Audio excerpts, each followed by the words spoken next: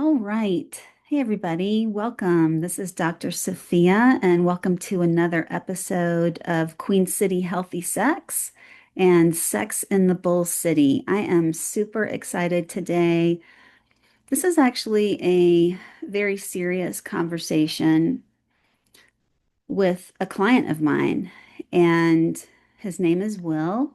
And I'm incredibly honored and impressed by Will being willing to have a conversation with me that's going to be recorded so that we can help as many people out there get help before they make poor choices and potentially get in trouble. So it's always a special time when a client is willing to share their experience in a podcast. This really helps so many people. It's great to hear from me, but I think it's even better to hear from a client, somebody who is right in there doing their own work, who has experienced a lot of struggle, and it's just incredibly powerful. So I'm going to get us started, but Will, I just want to thank you so much for being here with me today. Yeah, thank you, Dr. Sophia. I'm really honored to be here and a bit scared, honestly, just to Mhm. share my story. But I do Yeah. want to use my story to spread hope to people who are struggling there, to spread awareness about, this addiction because this is a addiction that not many people talk about, and when people do talk about, they are looked down upon Hmm. because, people mention SAA and they think, oh, these people are all monsters or all, they have issues that they can't be a normal part of society anymore. We, when people talk about NAA or the other AAs, they're like, oh, great job. SA is just so Like taboo. taboo. Yeah. Yeah. So, Yeah. yeah, while I'm here and what Dr. Sophia asked me to be here is just to share my story, share, the struggles I'm going through, what I've done, not what I've done, but what I allegedly have done, and yeah, just spread hope and awareness. Yeah. Thank you, Will. And what we're talking about here is sex addiction. And Will is a young man, and his generation, Will, your generation is like rampantly involved in sex addiction because y'all have grown up with the internet, with um, a whole set of parents and caregivers who y'all are smarter than they are when it comes to technology and the internet and how to find things out there. And what we also know is when our average age of kids getting exposed to pornography being 5 years old, it's like nobody even stands a chance to not be a porn or sex addict. Sex addiction does not discriminate um, gender, sex, color, race, religion. It is a really fast acting addiction in the brain. And I find it, incredibly powerful for you to be here and to talk and to share your story. And I'm just going to say a few words about Will before he shares a little more. Well, first of all, Will is my first client here in Charlotte, so he's very special to me, and we've known each other a while now. And I also want to name that rarely have I worked with anyone, definitely not a young person, um, who immediately jumped right in to recovery and took it seriously, did everything I said, did everything his sponsor said, did everything the other guys in the program are saying, really talks to people, started doing service in 12 step immediately. And it's really paid off. So, when we do this thing called recovery, when we listen to the people around us who've got long-term recovery, we get better quickly. And Will has really helped himself, and I'm just super proud of you, Will. And we are today going to potentially talk about some things that are, a little bit beyond sex addiction that really might go into the sex offender realm. And I just want to make it clear that any conversations that Will and I have today, this is by no means anything about him. There's no admission of guilt. We are not providing any evidence for anything against Will. Will is here as sort of, this recovery ambassador for young people who are getting involved in a lot of things that are really not okay and unsafe and sometimes even dangerous. And so we're going to have a conversation that's a lot bigger than Will. And yes, I do. I'm going to be thinking of a lot of clients when I have this conversation. So, thank you, Will, for being brave enough to share what you have not only have experienced, but also what you see out there that's really scary and that everybody needs to really, really be aware of. So just, share with us a little bit, whatever you're comfortable sharing, and and we'll just take it from there. Yeah. So I want to just start with, where my whole life turned around for in some ways the better. I was arrested last year in February. Um, I was arrested at around like 6 in the morning when I was getting ready for waking up for work. And, when I saw them, I realized this is it. This is where, I'm gonna go to prison. I'm gonna rot in the jail and, never see the daylight again, probably. That's when everything turned around. And I'm very, very, very fortunate to have met a past or a minister in the jail who gave me hope, who said that I made a mistake with my life, and I did. It's taken me and still takes me a while to realize I'm a good person who made a mistake. And that's what a lot of people, these days do. They're good people, but they just make a mistake in life that can change them forever.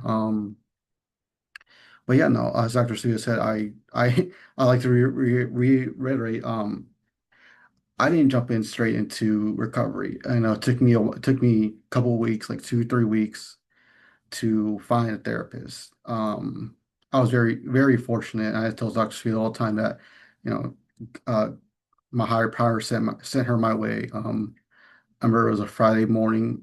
I was really struggling with everything. I was in another city working construction, and I was just losing my mind. And I made 20, 25 phone calls asking for an appointment, and I only got like three responses back that day.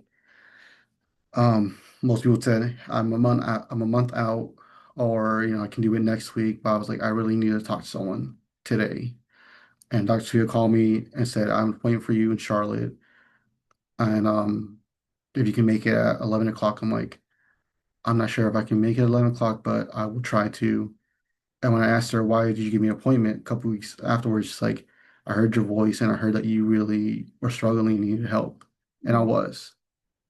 I was very suicidal those days, those first months.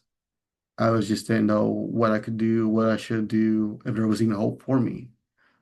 Um, when I was driving back from different city, I was just really wanted to drive my car into a bridge or off the bridge or into another car or something because I didn't know how to keep going with my life. As Dr. Fields told me the first appointment, go to a meeting. I'm like, I don't know if I want to go to a meeting. I'm not even sure if this is going to help me. I sat in the Zoom meeting looking at these people. I'm like, do I belong here? Do I want to be here? Is this worth it, honestly? And that was my first impression of those meetings. I said, let me get another try. Let me listen to her because she's the expert. I'm busy. I'm booking appointments with her for a reason. So let me listen to her. I went to an in-person meeting, and I can't express this I can't express this more than I can. That in-person meetings are better for newcomers people looking for recovery, looking to get help because there's just more emotion to it than over the Zooms or phone calls because you sit there, you listen to these people who have been here for a while, their stories, their struggles, and when you tell your story to them, they sit there, they listen, they empathize with you, they listen to your story and they try to give you the best advice they can because they know more about this disease than we do at first. I was very fortunate to sit with a person who knew another person in my same situation, who told me, go visit him, go talk to him because he's in the same boat as you. And that was one of the best things I could have done. You know, to go in a person meeting is one of the best things you can do because you can connect with people, find people who are in the same boat or similar boat as you, and just make more connections, make more people, you know, and these relationships you have with these brothers and sisters in these meetings really help you find recovery, find a way to, you know, not find a cure, but find a way to handle these urges, these struggles, because that's what we need. Yeah. There's no cure for this. We can Yeah. only handle it with what the tools that recovery gives us, therapists give us, even church With community. These community. are all different communities, Yeah, right? Yeah. And connection is the cure for addiction. it is. Um, I like the way you said mistake. And when we talk about addiction, there's all levels of mistake. There's mistakes in we look at pornography more than we're with real people. Or let's say someone's married and they're cheating on their partner. That's a mistake. It can also be part of an addiction. Let's say someone's going to strip clubs or massage parlors and they're lying to themselves and other people about what they're doing with their time or where the money's going. That's a mistake. Um, let's say someone is, um, through technology, participating in illegal acts sexually. That's a mistake. All these things get back to a compulsive addiction. So no one wakes up in the morning and decides, "Hey, I'm gonna go to the strip club today because it's the most healthy thing I can do today." It's like the greatest thing, and nobody wakes up to lie to their partner. But when we are an addict, these things make sense. And I like the way you said that. Good people can do bad things. It's not an addiction is not about someone's bad. It means that someone's brain is in a bad way, and there's some bad habits that we need to unlearn and then learn the tools of recovery. So I wanted to build on that. And then another thing, Will, I know you and I have talked about this a lot, is like how would you suggest someone like let's say I'm a I'm a guy and I might be doing some sexting with people and I've got a lot of clients that this is in that same realm, sexting with people I'm not sure who they are.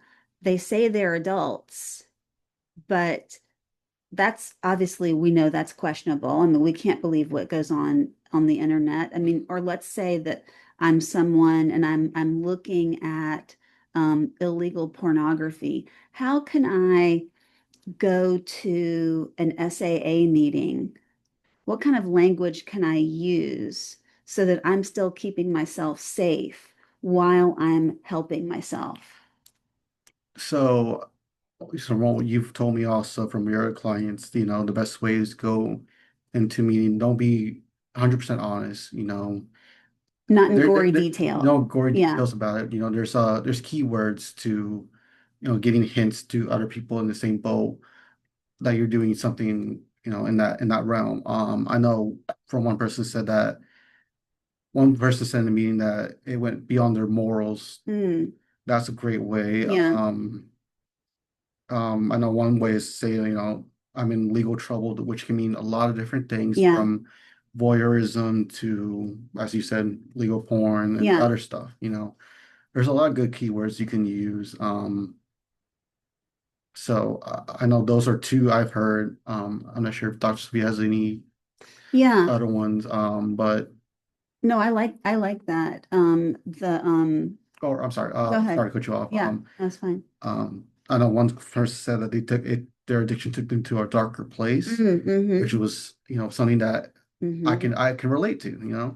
Yeah, I've heard that one. The one that I like that I haven't heard is the, like, beyond my morals. Hmm. Like I like that one. I mean, because that honestly, that could be anything in regards to sex addiction, but I like the way that person said that. So, like looking at porn that's a little darker, crossing that line is another thing I've heard. Hmm. Something that might be illegal, is something I've also heard. And, I just want to I've never ever heard of anybody or had a client who has been reported for going to an SAA meeting. But I do want to encourage everyone to, use some of these code words, code phrases until you find your people. Because, Hmm. you will find other people in SAA who are in your same boat, and then you can talk and be free. Because they've already been through it too, or they're going Hmm. through it. And I would also say, like, you know, if you're thinking about I need to go to a therapist because I think this has gotten out of hand. I would do the same thing with a therapist. I would call because I have people call me all the time or email me and say, do you automatically report anything illegal? And I mean, I ask more questions like, what do you mean? Let's have a phone conversation. And, you know, if someone wants to get help for doing something that's illegal, um, we in North Carolina, we don't have to report. And I've worked with people outside of our state based on consultation, not therapy. So if you're gonna get help with a therapist, also do that same thing. Talk in code and ask them, if they will keep your your story confidential. If they say no, then thank you and hang up the phone. And keep searching till you find someone who will work with you. And I just really want to name that that's really, really important, but it's also incredibly important to get help. And Will, that brings me to a question. At any time in the past, did you ever want to get help, but were afraid to get help? Yeah, I was, every time I would act out, as we call it, to any porn, I just always thought to myself, why am I doing this? Do I'm hurting myself? I feel terrible afterwards. And there was plenty of times where I prayed to my higher power, like, get rid of this for me.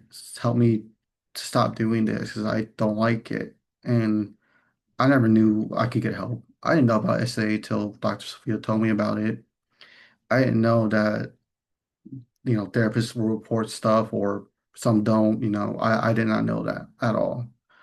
And yeah, no, like she said, this is something that, you got to do your research on, uh, with therapists, like she said, North Carolina doesn't report, but maybe South Carolina does or California, and I'm not sure if this is a thing, can people get help outside of their state? Yeah, that's a good question. I mean, technically, we're supposed to let conduct therapy in the states that we're licensed. Hmm. So when I've worked with other people outside of our state, I've worked with them not in therapy, but in a consultation. And so we have consultation meetings and I advise them. And because if I can't remember some of the other states, I want to say it might be California. It's actually really hard to find this information actually Hmm. online. So you have to really search. But please do this. You know, the it's hard for people to figure out if their state is a must report state or not.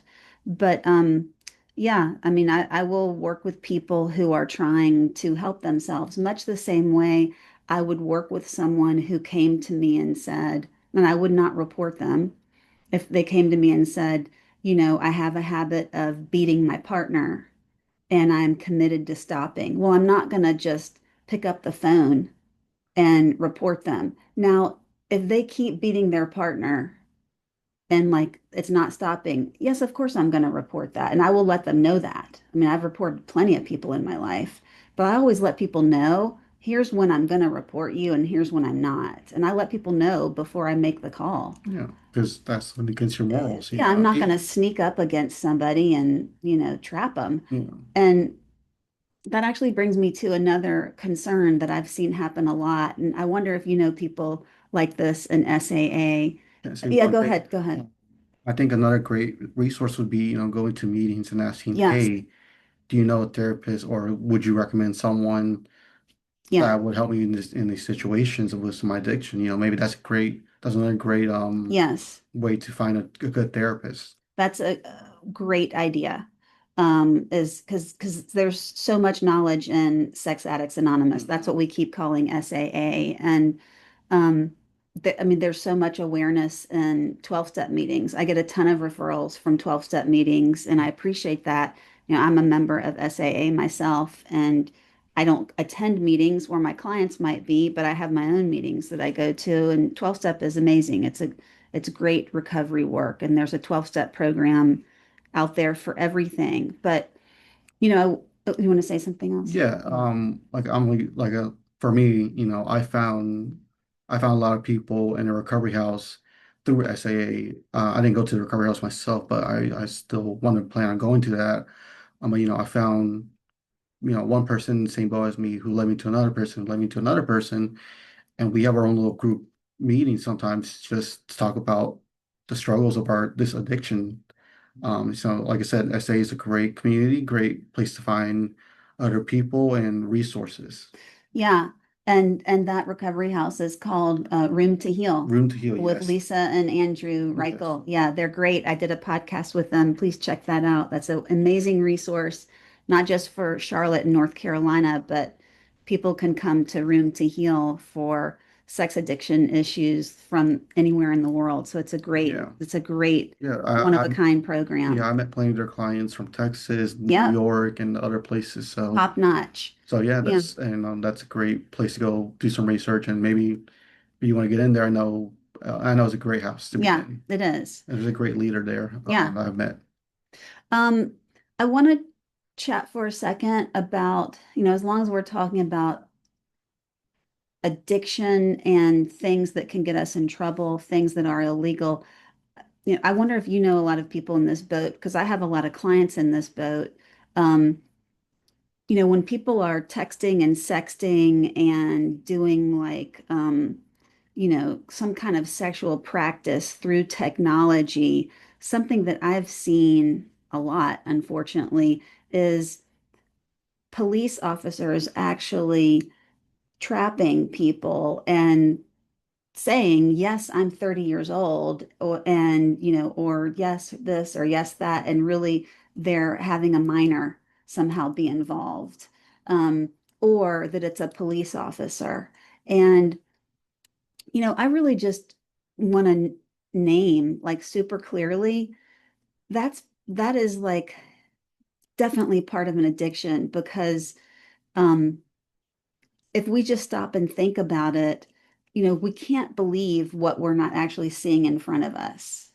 And, people get busted for prostitution and these kinds of things all the time. And it's really police officers. Like, I really just want to name that if this is something you're doing either in person or through technology, please stop. Like the police and the FBI, the technology they have today is so much better than it has ever been. And they are going to find you and they are tracking you. I mean, it is happening. They are going to find you. So please, please, please, number one, stop. Number two, get help. I promise you, they're going to find you. And you are not talking to a beautiful gorgeous, good-looking 30-year-old female. You're probably talking to some old guy or or to a police officer who is just trying to do you dirty. Yeah. And this is like happening all over the place.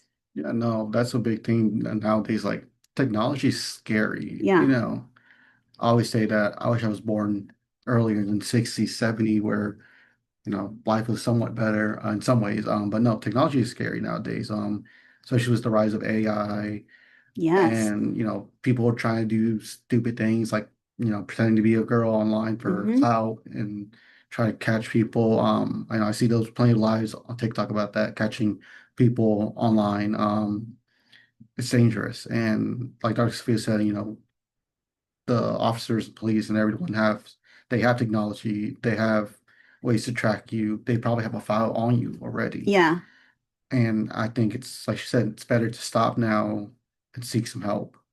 I know it's a scary thing to do, but I promise you that your life can be better if you put the work in and you put the effort in to get help, to seek recovery, to have a better life than where you are. I'm gonna go back to my story, when I was 2 years ago, 3 years ago, I thought my life was, well, I was on top of life, I thought I had everything, work, school, people, friends, family, and in some ways I did, but I also had this addiction weighing down on me.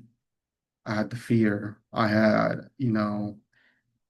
so many issues I didn't even know about until, my eyes were opened through recovery and through therapy and church. I thought my life was good at the time, but it wasn't. I had this secret life I was doing at nights and mornings. I was, that addiction really was had a hold of me. I couldn't wait to go home and act out.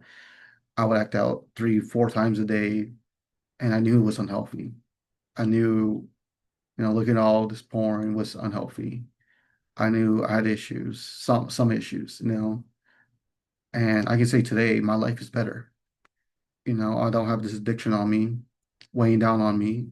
I'm more honest with life to people. I found true friends who stuck with me through this journey. And I met so many great people through recovery, in church. Church is a big part of my life now too.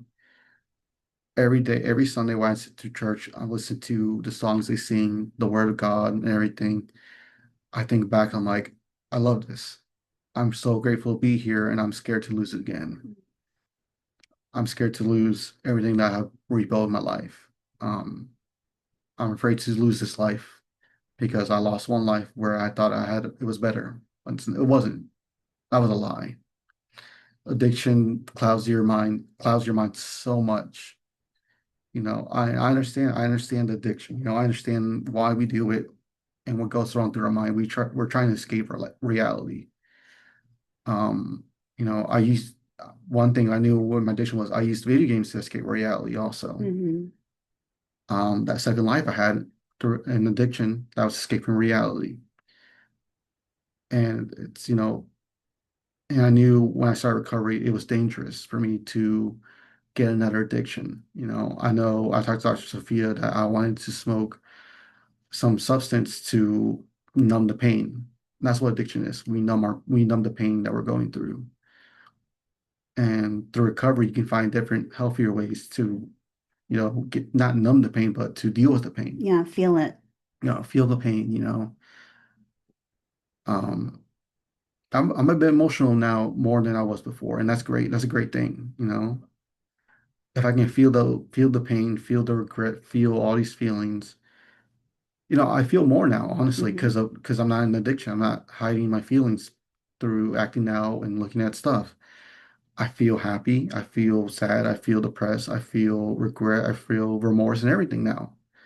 And that's a great feeling. You know, back then I just felt normal. I felt something else. I can't remember it You now. maybe like checked out. I didn't Check. know you Yeah. then, but you might have been just like coasting by. I feel like I was hiding behind a smile. I think Yeah. that's what it was.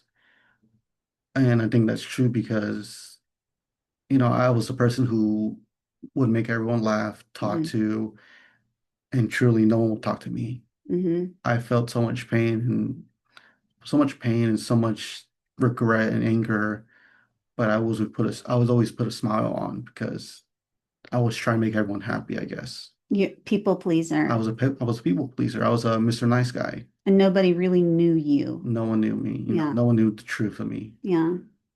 And And when we're deep in our addiction, a lot of people have that belief of if they really knew me, they wouldn't like me. They wouldn't love me. They wouldn't want to be around me. And, I'm so glad like with recovery, Will, you've learned that people actually love you more. People actually have more respect for you now because you're being true to yourself, you're being authentic, you're letting people in, you're showing people who you are. And you just really nicely said like you're learning how to feel all of your feelings. And that's I think the biggest part of addiction recovery. It's also the biggest part of like life's journey work is learning how to feel the full range of our feelings. We can't just feel happy all the time. That's silly. That's like fake. And so that means we have to learn how to feel grief and sadness and pain and remorse so that we can feel happiness more. We can feel joy even bigger. We can take delight in people even more. And so, you really nicely said that. And I realized that you were kind of kicked in to recovery, but you and I also we know a few people who have, well, we know one person who's died by suicide. We know a few people who've come and gone already in recovery. I know a gentleman your age who just got arrested and is still in jail. And, whether someone's doing something illegal or not, it doesn't matter. I work with hundreds and thousands of people who've lost their families, lost their jobs due to this addiction, lost their way entirely. Why do you think you have been able to put both feet in recovery and stick with it? Like, what do you think is different about you, or is there anything different about you? that's a great question that I'm Yeah. stuck on. Threw a curveball right there. Okay. I think what really pushed me to find recovery and find help was my family. Mm, I know there was a big chance I could have lost my family in this way, and I didn't know if I did that first couple hours. I saw the terror in their eyes. I heard my sister cry over the phone. My mm, parents, yeah. it hurt me. It hurt me a lot to listen to people talk about me, and it hurt me a lot just to hear other people cry because I caused them all that pain. I'm gonna go a little off topic on this. I know when I was in addiction, I always thought, oh, I'm not hurting anyone, I'm just hurting myself. If I get in trouble, it's gonna only affect me. Mm, That's not true. yeah. That is far from the truth. This addiction affects more than just yourself. It affects everyone around you. Family, family, friends, co-workers, people Mhm, you care about. mhm, I want to go a bit more off topic. I lost a lot of people I cared about. As Dr. Sophia knows, I talk about them all the time, yeah. and it really hurts to think about them. Think about how they found out that morning, how much they struggled, how much, they were blindsided by this. I can't imagine that. I can't imagine the pain and regret they felt for even being friends with me because they were truly friends with someone they think it's a monster. I haven't talked to any of those people since then, and I feel bad for them and for myself. But to go back on topic, I think that just helped me a lot to put my feet in recovery. I think one thing also was, besides family, was I want to prove to myself first and to everyone else that abandoned me that I'm still a good person, Hmm. that can still be part of society, helping people live a normal life, to find love, to have a family in the future. I think that's what pushes me to stay sober, to keep going with recovery, and to spread awareness, to give hope to people. I think that's what keeps me in recovery and keeps me to just going on with life. I'm young, not young, but I'm still young. You are young, young. To some people, yes, I feel old sometimes. That's just back pain. But I know that in the future, when everything's over, whatever happens to me, I can still have a life. If I go to prison or if I, go on probation or whatever, I know after 15 years, I'm still gonna have a job. I'm still gonna have family, true friends, Mhm. and I can still have a life. And you're going to have a really, really strong recovery.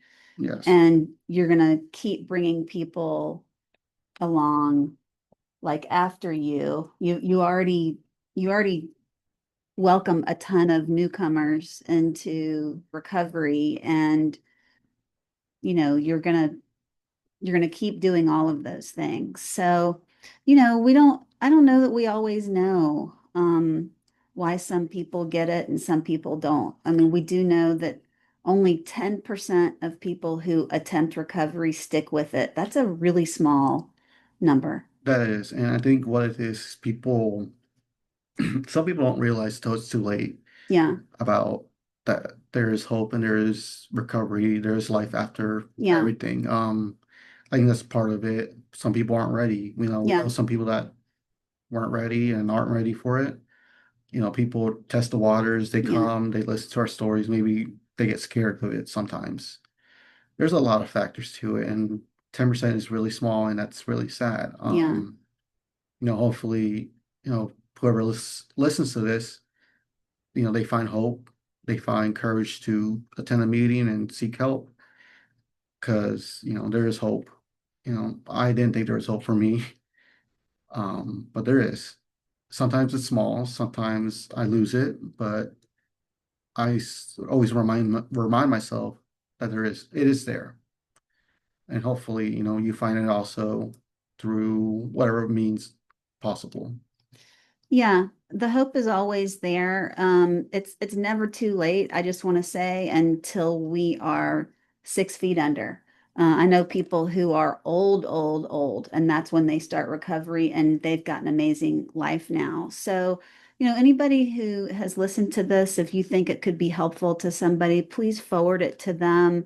If you have any questions, please feel free to email me at sophia@queencityhealthysex.com, or I love texts, and you can just text me at my cell phone, 919-698-7061. I can help you get connected with 12-step and or a therapist. And yeah, hopefully this message has hit home with a lot of people. And Will, I'm just, again, super impressed by you, super grateful to you.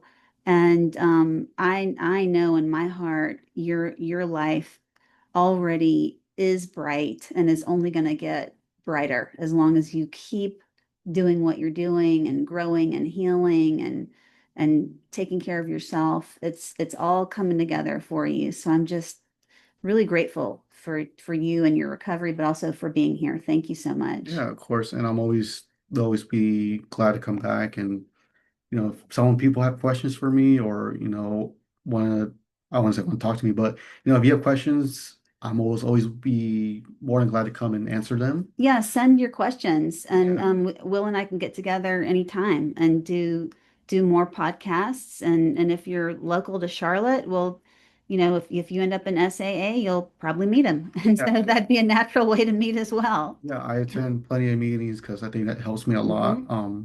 I definitely will do a newcomer meeting Yeah, if you want to because I think my story can be a great help to people, Yeah, great encouragement, and hope giving to someone. I know I actually said, sorry to prolong this, that's fine. but I've done plenty of newcomer meetings, and I've seen plenty of people come, Hmm. first couple of weeks and then leave and not come back. Also know people who have stayed because of my Hmm. story. Hmm. I met a good friend through a newcomer meeting who tells me that he's so grateful to meet me. It gets to me all the time when he tells me that. Yeah, He stayed because he saw that there was hope for him, even though he's struggling with some other stuff. But I'm glad to call him a friend, and I'm glad for all these people that I have met through recovery. absolutely. Yeah. Well, thanks everybody for listening, and we appreciate all of you. And Will, thank you again so much. And hopefully we'll do another one soon. Bye, everybody. Have a great day.